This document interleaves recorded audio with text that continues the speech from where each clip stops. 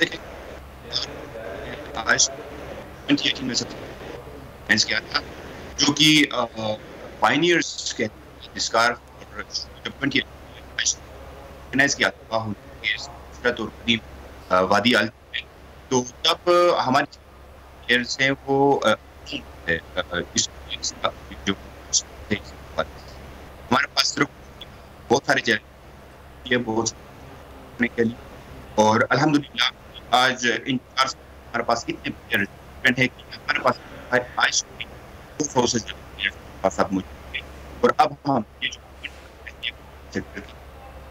اچھا، اسرار اور صادق صاحب آپ سے رابطہ کریں گے، آپ کی آواز ٹیکنیکل وجوہات کی بنا پر ٹھیک سے نہیں پہنچ پا رہی. اپنے ناظرین کو ایک بار پھر آگاہ کر دیں، برفزار میں برفانی کھیل کا میلہ سج گیا اور پاکستان میں اسکردو میں 2 روزہ آئس ہاکی ٹورنامنٹ کا آغاز ہو گیا ہے.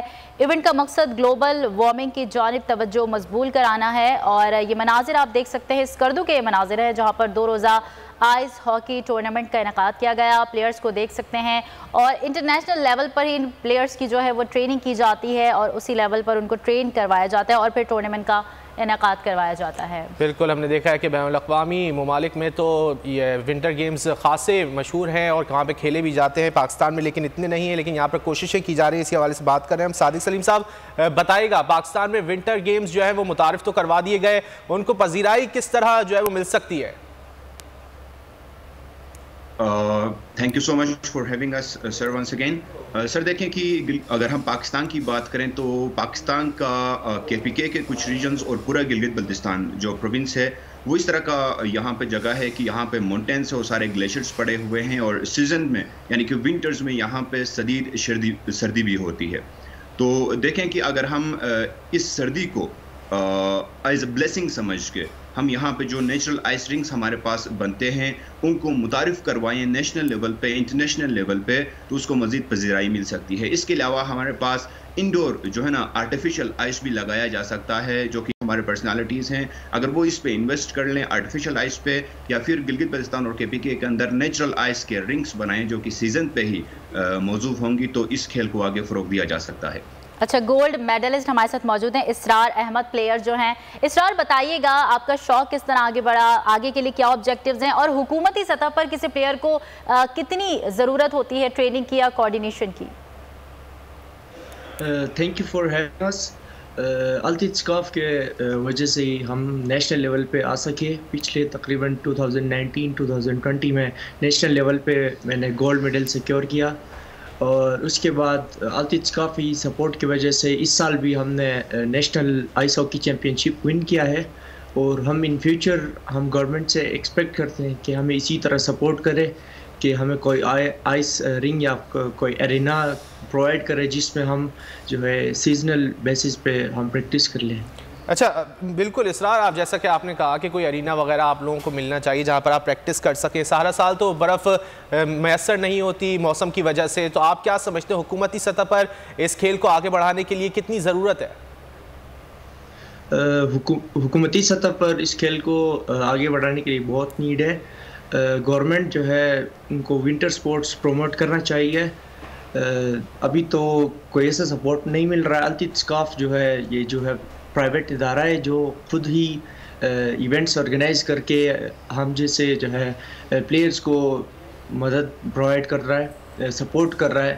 تو ہم گورنمنٹ آفیشلز اور گورنمنٹ جو عہدیداران ہیں ان سے یہ ایکسپیکٹ کرتے ہیں کہ وہ ہمیں سپورٹ کر لیں اور آئس ارینا یا کوئی رنگ پہ انویسٹ کر لیں تاکہ ان فیوچر انٹرنیشنل اور نیشنل لیول کے جو ٹیلنٹ اچھا اسرار، یہ بھی بتائے گا کہ گرم موسم میں آپ لوگ پریکٹس کس طرح کرتے ہیں جب آپ لوگوں کو اتنی سہولیات جو ہے وہ میسر نہیں ہیں؟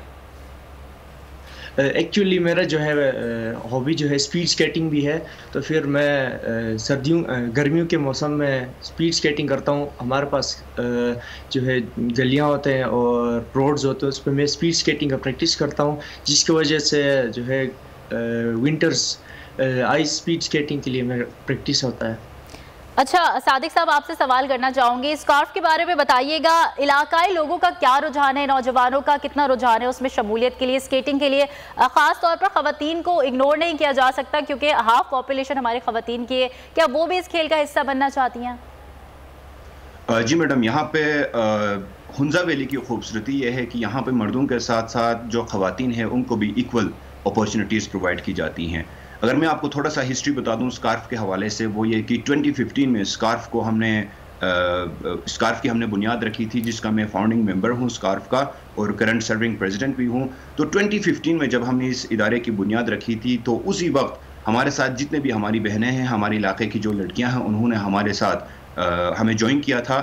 اور انیشیلی ہم نے اسکارف کی امبریلا کے انڈر ہم نے ایجوکیشنل جو ہمارے جو سرگرمیاں ہیں ان کو ہم نے آرگنائز کیا تھا، جن میں فری ٹیوشن کلاسز ہوتے تھے اور اس طرح سائنس اینڈ آرٹس ایگزیبیشن پورے ہنزا لیول کے ہم آرگنائز کرتے تھے. تو اسی شروع کے دن سے ہی ہمارے جتنے بھی گرلز ہیں ساروں نے ہمارے ساتھ دیا ہے. اور اسی کے ساتھ ساتھ جو اسکارف جس موٹیو سے بنی تھی وہ یہ تھا کہ ہم علاقے کے اندر ہیلتھی ایکٹیویٹیز کے ساتھ ساتھ ویلفیئر اور ایجوکیشن کو بھی پروموٹ کر لیں.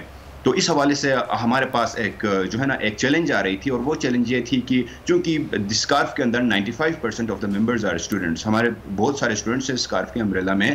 تو ہم یہ چاہ رہے تھے کہ ان اسٹوڈنٹس کو کس طریقے سے ہم فائنینشلی سپورٹ کریں اور اس کے علاوہ کس طریقے سے ان کو ہیلتھی ایکٹیویٹیز میں انگیج کر لیں.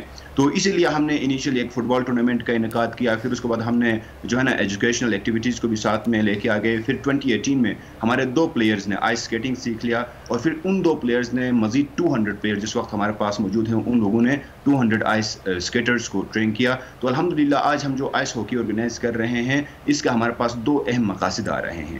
وہ یہ ہے کہ پہلی بات تو یہ کہ ہمارے پاس ایک ونٹرز میں ایک ایکٹیویٹی آ گئی، چونکہ 2018 سے پہلے پورے ہنزا کے اندر بلکہ پورے گلگت بلتستان کے اندر ہوتا یہ تھا کہ یہاں کے جو لوگ ہوتے تھے وہ سٹیز کی طرف موو کرتے تھے، کیونکہ یہاں پہ کوئی ایکٹیویٹی نہیں ہوتا تھا، سردی زیادہ ہوتی تھی. لیکن الحمدللہ کہ ابھی ونٹرز میں ان لوگوں کے پاس ایکٹیویٹی ہے، اور سٹیز میں جانے کے بجائے اب ونٹر ٹورزم یہاں پہ آنا شروع ہو گیا ہے. پچھلے سال اور اس سال بھی ہم نے بہت سارے ٹورسٹ کو دیکھا ہے جو آئس ہاکی کو دیکھنے کے لیے ہنزا تشریف لا چکے ہیں. تو اسی میں جو آئس ہاکی چیمپئن شپ رہا ہے، اسی میں ہمارے پاس پچھلے سال ہمارے پاس خواتین کی 4 ٹیمیں تھی، اور اس سال ہمارے پاس خواتین کی 2 ٹیموں نے حصہ لیا ہے، جو کہ فلٹر پلیئرز ہمارے پاس آئے ہیں اس سال، جو کہ ایک سرینا ہوٹلز کا ٹیم تھا اور ایک شقم انٹرپرائزز کا ٹیم اس سال ہمارے پاس لڑکیوں کا موجود تھا، اور دونوں نے بہت اچھا کھیلا اور شقم نے اس ٹورنامنٹ کو ون بھی کیا. ٹھیک ہے، ٹورنامنٹ کو ون کیا، اور یقیناً بول نیوز کی جانب سے آپ کو مبارکباد اس ایفرٹس کے لیے اور ونٹر گیمز کے انعقاد کے لیے. بہت شکریہ صادق سلیم صاحب اور اسرار احمد بول نیوز سے آپ گفتگو کر رہے تھے. سبسکرائب کریں اور بیل دبائیں تاکہ کوئی خبر رہ نہ جائے.